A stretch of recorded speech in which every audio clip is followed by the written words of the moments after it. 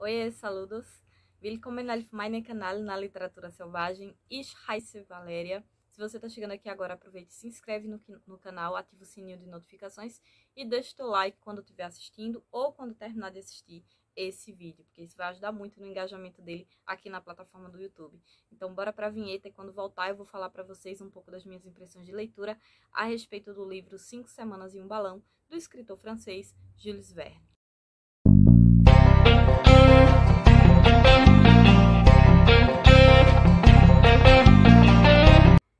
Então, pessoal, eu fiz a leitura desse livro, na verdade eu iniciei a leitura dele em setembro, mas eu só pude concluir agora em janeiro, porque eu sou uma pessoa muito atarefada e ultimamente eu venho fazendo isso com muitas leituras. Inclusive eu tenho uma pilha aqui atrás de coisas que eu preciso terminar de ler e que foram iniciadas ainda no ano passado. Mas vamos lá, isso aí é outra história. Então, a história de hoje é 5 Semanas e um Balão. Foi um livro escrito em 1863 e, assim como todas as outras histórias de Jules Verne, pelo menos as que eu já li até agora, ela se trata de uma aventura em um cenário inóspito com situações para lá de inóspitas também, né? A gente tem uma viagem que ocorreu aí na África em meados do século XIX e é uma empreitada realizada por um médico chamado Dr. Ferguson, junto com seu criado chamado Joey, e um amigo escocês que é um caçador chamado Dick Kennedy. Eles estão planejando fazer uma viagem de balão cruzando do Zanzibar até o Senegal, ou seja, da parte oriental até a parte ocidental da África, na altura mais ou menos da linha do Equador, num balão de gás. Olha que legal. O nome do balão se chama Victoria, né? E aí, ao longo da viagem, eles vão se deparando com uma série de situações muito perigosas, né? É uma aventura realmente repleta de perigos, né? E de descobertas, né? Que até então se faziam desconhecidas para os europeus, né? Então, a gente tem aí encontros com populações do continente africano, cenários como deserto, né, de pano de fundo, em que eles passam por vários percalços para conseguir atingir a meta deles de viagem. No meio do caminho, eles acabam perdendo uma série de mantimentos e tendo que se virar da maneira que podem para conseguir se alimentar. Além, claro, de encontrar, de se deparar com outros personagens ao longo do caminho. Um ponto interessante a frisar a respeito dessa obra é o período em que ela foi escrita. A gente está falando do século XIX, em que havia o pensamento imperialista, né? E várias potências europeias que colonizaram e exploraram o continente africano, né? Então, é muito perceptível nas falas e ações dos personagens, no caso, os europeus que estão na expedição do Victoria, a maneira como o europeu pensava sobre a África, né? O que é que havia na África, a forma como eles consideravam inferior, né? O estilo de vida das populações africanas, né? Que eram por vezes vistos como figuras bizarras e animalescas, né? Selvageria completa. E ao contrário deles, que seriam a população branca civilizada, que na visão dos nativos africanos, no pensamento europeu, é de que eles eram figuras divinizadas, que estavam ali trazendo um progresso, uma civilização que aquelas populações africanas até então nunca tiveram acesso. Então, são maneiras bem bizarras de referenciar os nativos africanos, comparando-os a animais grotescos, bestiais, que não têm um modo de organização social decente ou adequado para os padrões europeus, né?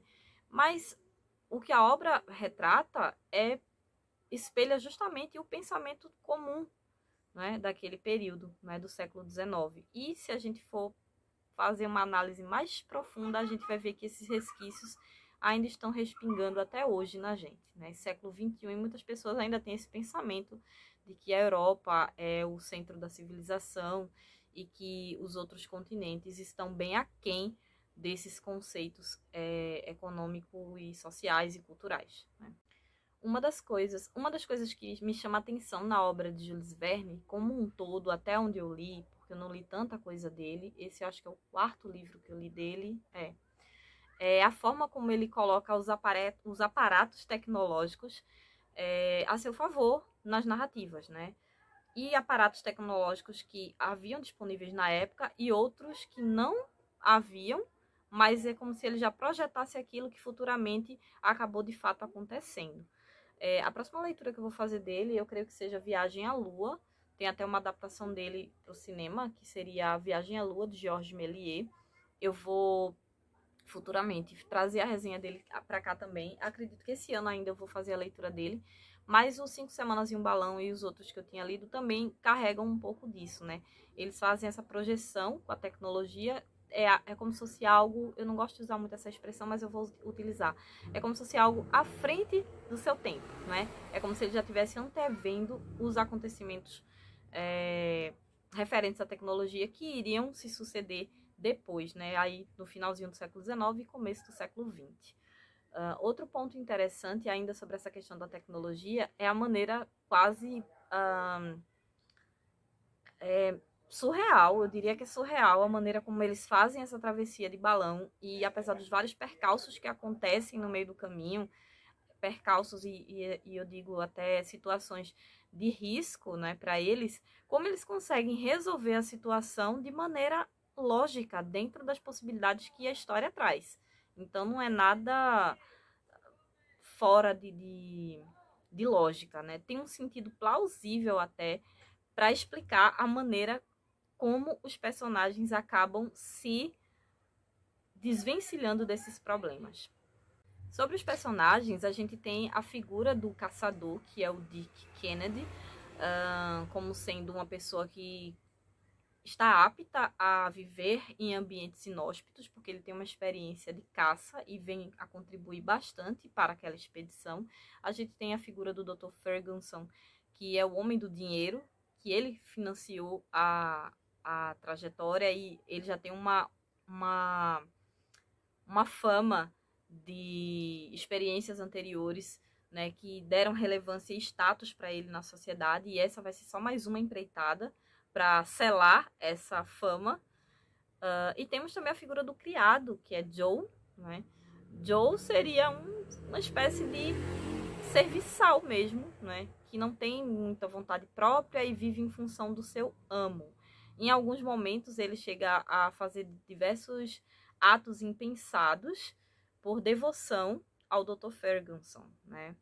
Eu vou sacrificar a minha vida por ele, porque ele merece, porque eu sou um simples criado. E aí a gente vê também na construção desses personagens uma relação de poder, né?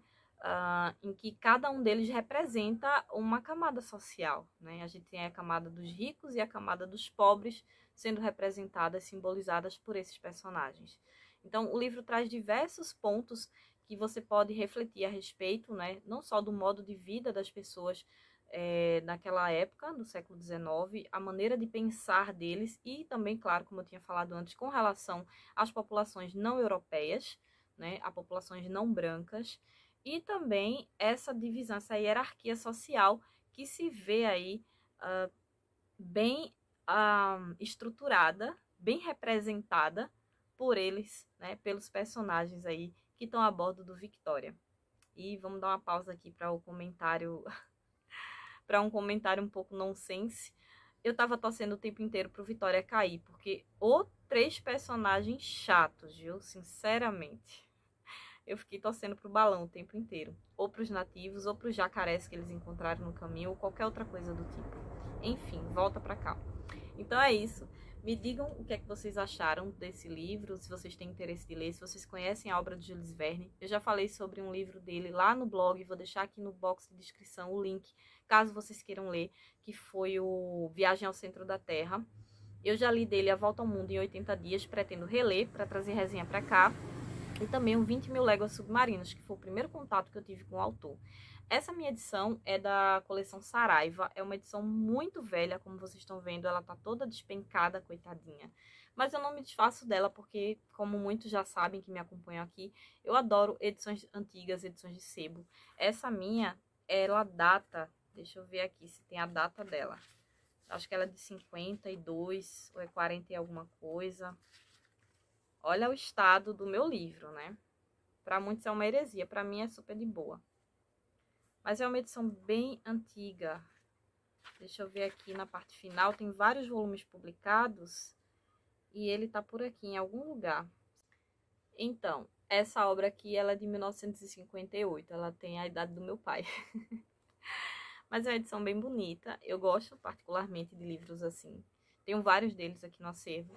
Mas eu vou deixar, claro, no box de descrição o link para edições mais atualizadas. Então, caso vocês queiram adquirir, aproveita para comprar com os meus links na Amazon, que aí eu ganho uma pequena comissão e você não vai perder dinheiro com isso, né? E ainda vai ajudar aqui, contribuir com o funcionamento do canal. Então é isso, me falem aí nos comentários o que é que vocês acharam da obra, se vocês teriam interesse de ler e toda essa conversa que a gente já está habituado por aqui. Então é isso, tschüss, bis bald!